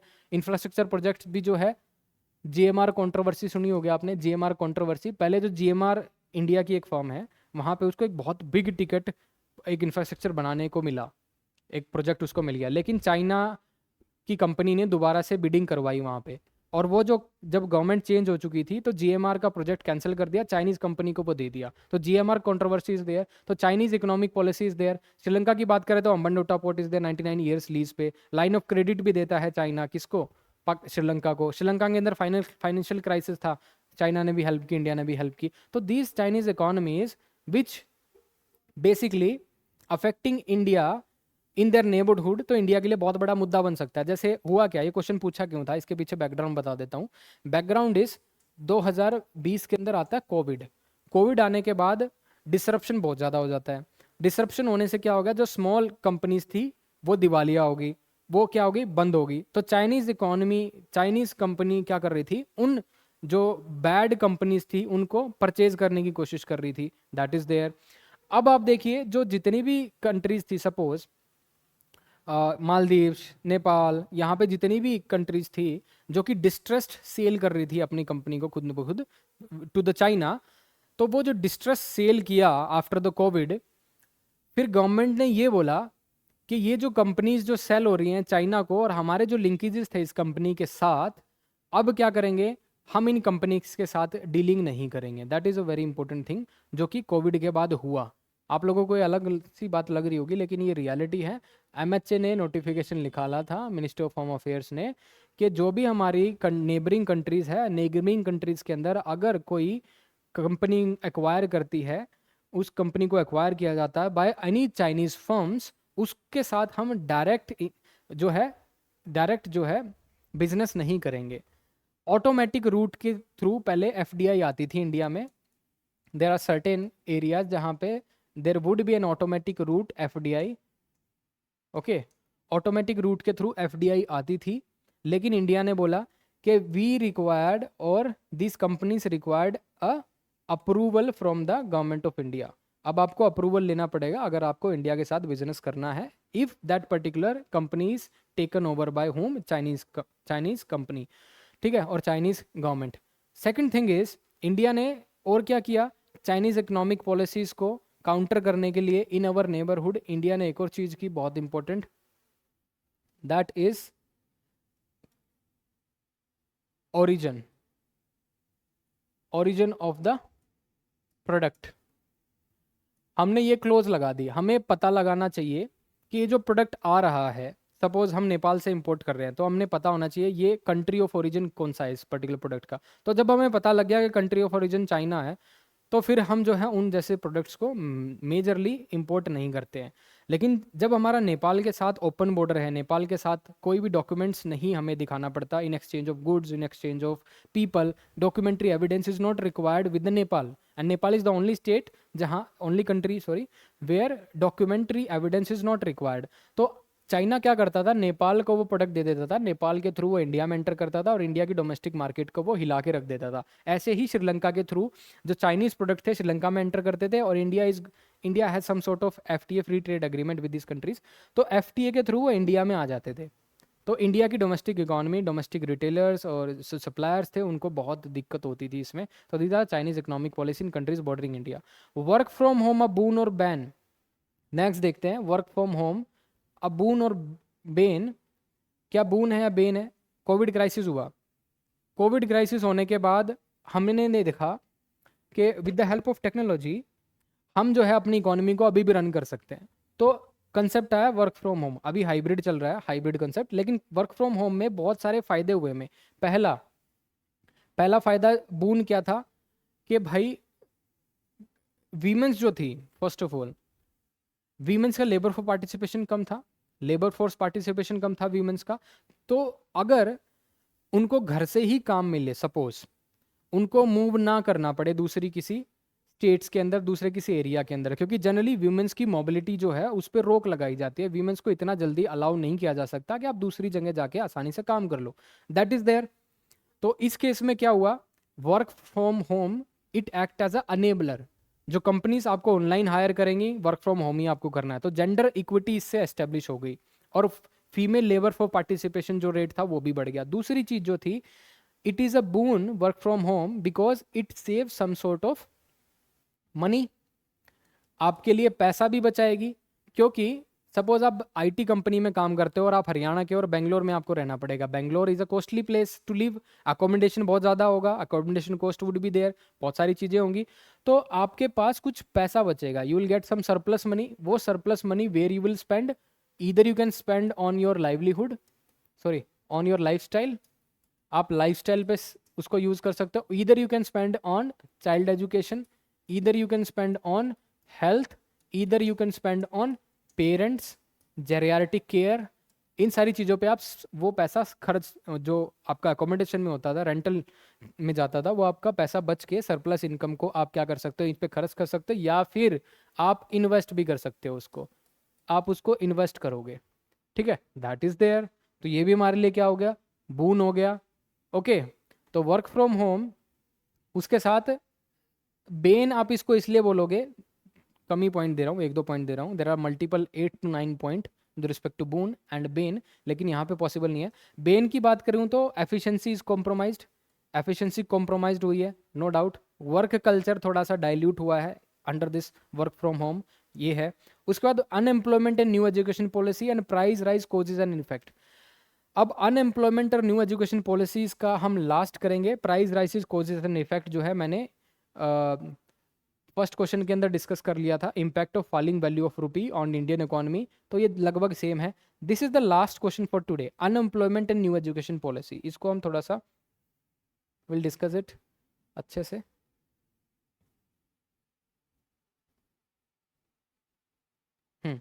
सो unemployment and new education policy, अब अनएम्प्लॉयमेंट है क्यों, दो तीन चीजें पहले, एक दो फैक्टर मैं आपको क्लियर कर देता हूँ। Unemployment in the system is because of academia, industry mismatch. जो स्कूल्स में सिखाया जाता है और जो इंडस्ट्री में रिक्वायर्ड होता है उसके अंदर बहुत बड़ा मिसमैच है, इसलिए अनएम्प्लॉयमेंट है। मेजोरिटी ऑफ द इंजीनियर्स, जो कि आप जॉब मार्केट में जब जाओगे, there is a report that nearly 60% of the engineers, 40 to 60% of engineers they are unemployable. उसके पास ना कोई स्किल है, ना बोलने का तरीका है, ना स्किल है, कुछ भी नहीं है। तो 60% of the engineers they are unemployable, क्योंकि अकेडमिक कॉलेजेस स्कूल्स में जो सिखाया जाता है, इंडस्ट्रीज में वो स्किल चाहिए नहीं, इंडस्ट्री की स्किल डिफरेंट है, वो स्किल नहीं सिखाई जाती, that is the first factor. Second thing is under employment. Under employment, under employment का मतलब है मतलब इंजीनियर से पीएन वाले काम करा रहे हैं, इंजीनियर से ऐसे काम कराए जा रहे हैं जो उसकी कैपेबिलिटी के हिसाब से नहीं है। ओके, जैसे हमने देखा है देश के अंदर पीएन की पोस्ट में निकल जाए तो पीएचडी स्कॉलर्स भी क्या करते हैं, उसमें अप्लाई करते हैं। तो अंडर एम्प्लॉयमेंट है देश के अंदर, इसीलिए क्या है, अनएम्प्लॉयमेंट है, वो उसको जल्दी से फिर छोड़ भी देता है उस पर्टिकुलर जॉब को, दैट इज देयर। तो अनएम्प्लॉयमेंट और न्यू एजुकेशन पॉलिसी, फिर न्यू एजुकेशन पॉलिसी करेगा क्या, culture of innovation will give.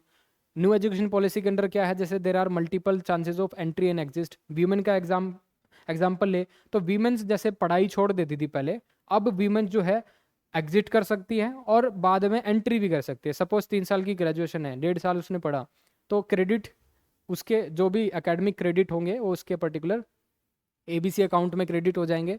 1.5 साल के बाद she can again renew, again join, तो इससे क्या होगा, वीमेन अपनी एजुकेशन कंप्लीट कर लेगी और एजुकेशन कंप्लीट करने के बाद that women go into the labour force participation, वो एम्प्लॉयमेंट में दोबारा से इंडस्ट्रीज के अंदर जा सकती है। तो न्यू एजुकेशन पॉलिसी के अंदर ये पर्टिकुलर प्रावधान है कि मल्टीपल एंट्री मल्टीपल एग्जिट आप कर सकते हो। न्यू एजुकेशन पॉलिसी के अंदर वोकेशनल है, वोकेशनल थिंग्स हैं, आपको चीज़ें सिखाई जाएगी, स्किल बेस्ड चीज़ें सिखाई जाएगी। न्यू एजुकेशन पॉलिसीज़ के अंदर और भी ज़्यादा रिलैक्सेशंस है, जैसे न्यू एजुकेशन पॉलिसी के अंदर you can do dual degree also, you can do various things also according to your need, according to the market demand.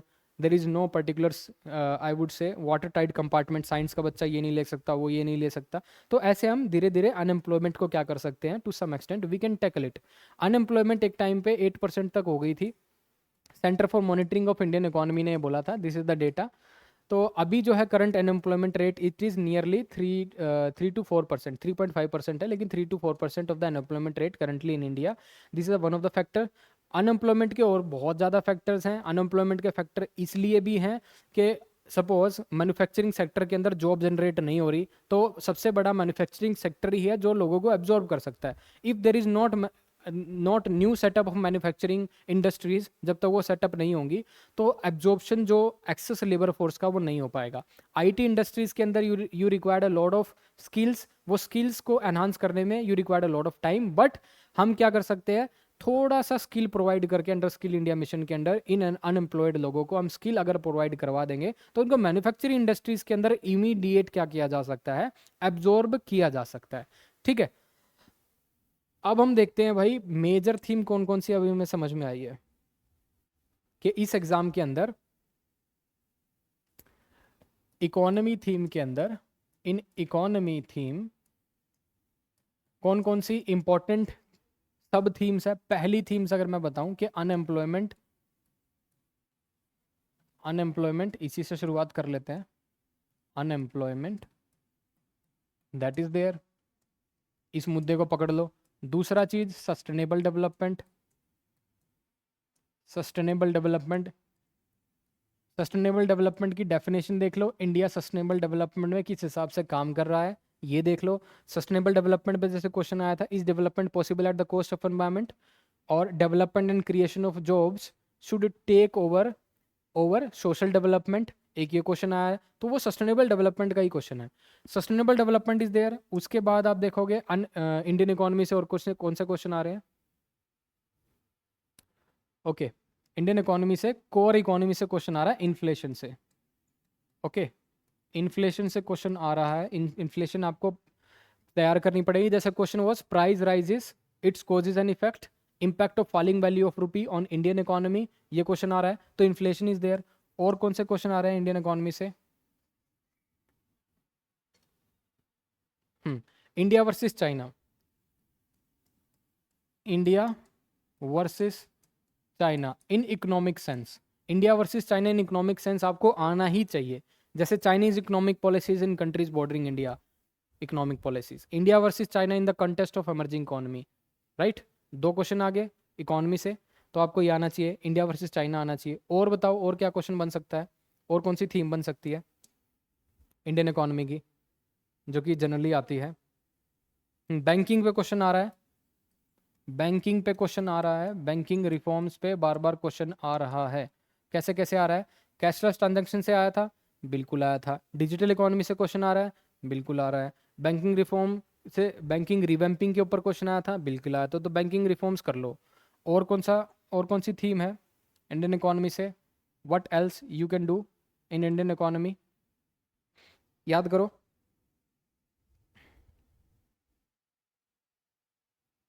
Hmm, agriculture से क्वेश्चन आ रहे हैं, फार्म वेवर के क्वेश्चन आ रहे हैं, ठीक है। और एक क्वेश्चन आपका ये भी आ रहा था, न्यू न्यू टेक्नोलॉजी